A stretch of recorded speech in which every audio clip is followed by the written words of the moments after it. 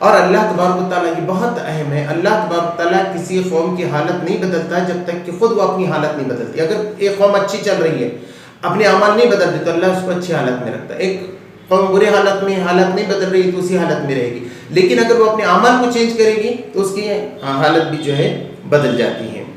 وہی بجلی دکھاتا ہے آپ کو خوف اور امید سے، اور بادل لاتا ہے، اور یہ جو گرج ہے بادل کی وہ تسبیح اور حمد کر رہی ہے، اسی طریقے سے اس کے ساتھ فرشتے بھی حمد اور تسبیح کر رہے ہیں، اور اس کی کڑک، بجلی کی کڑک جو ہے اللہ جس پہ چاہتا ہے اس پہ گرا دیتا ہے۔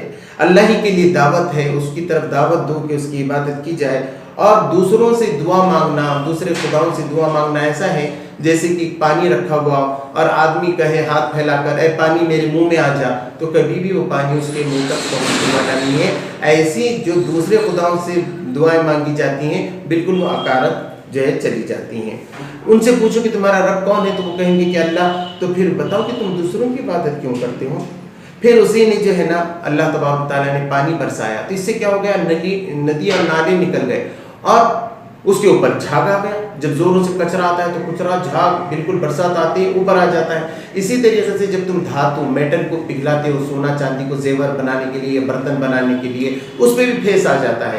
تو اللہ تبارک تعالیٰ تم کو مثال دے رہا ہے کہ وہ پھیس ختم ہو جاتا ہے، وہ جھاگ ختم ہو جاتا ہے، اور جو انسانوں کی نفع کی چیزیں رہتی ہے وہ باقی رہتی ہے۔ تو دنیا میں بھی ایسے ہوتا ہے، جو فائدے کی چیزیں باقی ہیں، ورنہ انسانوں کو کبھی کبھی ایسا لگتا ہے کہ کوئی نہ کوئی جھاگ کی طرح جو ہے چھایا ہوا ہے۔ اس کے بعد بتایا کہ وہاں پر دنیا میں یہ چاہیں گے، دنیا میں یہ جو کام کیے تھے اس کا فدیہ دینا وہ چاہیں گے، اللہ تبارک و تعالیٰ دنیا بھر کے سامان کو بھی فدیے میں قبول نہیں کرے گا۔ عقل مند ہی لوگ ہیں جو ہدایت کو قبول کرتے ہیں، جو اللہ سے اپنے عہد کو باندھ لیتے ہیں، اور جن رشتوں کو وہ جوڑنے کے لیے اس نے کہا اس کو جوڑتے ہیں، اللہ سے ڈرتے ہیں، صبر کرتے ہیں، نماز قائم کرتے ہیں، خرچ کرتے ہیں کھلے اور چھپے چیز کو، برائی کو اچھائی سے بدلتے ہیں، ہمیشہ کی جنتیں ان کے لیے ہیں، اور ان کے ساتھ میں جو نیک ہیں ان کے ماں باپ وہ ان کے ساتھ ہوں گے، ان کے جوڑے یعنی ان کے بیوی یا شوہر ہیں تو وہ بھی ان کے ساتھ ہوں گے، ان کے بچے ان کے ساتھ ہوں گے، ہر دروازے سے ملائکہ ان کو جو ہے اس میں داخل کرتے چلے جائیں گے۔ اور جو لوگ عہد توڑتے ہیں، جن رشتوں کو جوڑنے کا حکم دیا گیا اس کو توڑتے ہیں، دنیا میں فساد پھیلاتے ہیں، تو ان کے لیے لعنت ہے، اور آخرت میں رہنے کی بہت ہی بری جگہ ان کو ملے گی۔ اللہ جس کا رزق چاہتا ہے زیادہ کرتا ہے، جس کا رزق جو ہے کم کرتا ہے۔ دنیا میں چاہے کتنا ہی ملے، آخرت کے حساب سے دنیا کا سارا مال بہت کم ہے۔ ایمان والوں کو اللہ کے ذکر سے اطمینان ملتا ہے، اور اللہ تبارک تعالیٰ نے کہا الا بذکر اللہ تطمئن القلوب، اور اللہ ہی کا ذکر ہے جو صحیح معنوں میں اللہ کے دل کو، انسانوں کے دل کو جو ہے اطمینان دلاتا ہے، اس کے بغیر دل ورنہ بے چین رہتا ہے۔ اس کے بعد فرمایا اگر ہم قرآن کے ذریعے سے پہاڑ چلاتے، زمین پھٹ جاتی، مردے بولنے لگتے، تب بھی ایمان نہیں لاتے۔ کیا ایمان والے ابھی اس بات سے مایوس نہیں ہوئے کہ اللہ تبارک و تعالیٰ سب کو ہدایت دینے والا ہے؟ یہ تو اللہ کا فیصلہ ہے کہ وہ جس کو چاہے گا ہدایت دے گا اور جس کو چاہے گا نہیں دے گا۔ ان کے اعمال کی وجہ سے ہمیشہ جو غلط لوگ ہیں ان کے اعمال کی وجہ سے ہمیشہ ان پہ مصیبت آتے رہتی۔ وہ جو منافقین ہیں، جو مشرکین ہیں، جو انکار کرنے والے ہیں، ہمیشہ دنیا بھی ان کی بہت، ہم کو لگتا ہے وہ بہت خوش ہیں، لیکن دل پھٹے ہوئے رہتے ہیں، ان کے گھروں میں پریشانیاں رہتی ہیں، تو ان کی دنیا بھی پریشانی میں گزرتی ہے، اور آخرت میں بھی جو ہے نا ان کے لیے پریشانی میں ہی ہے۔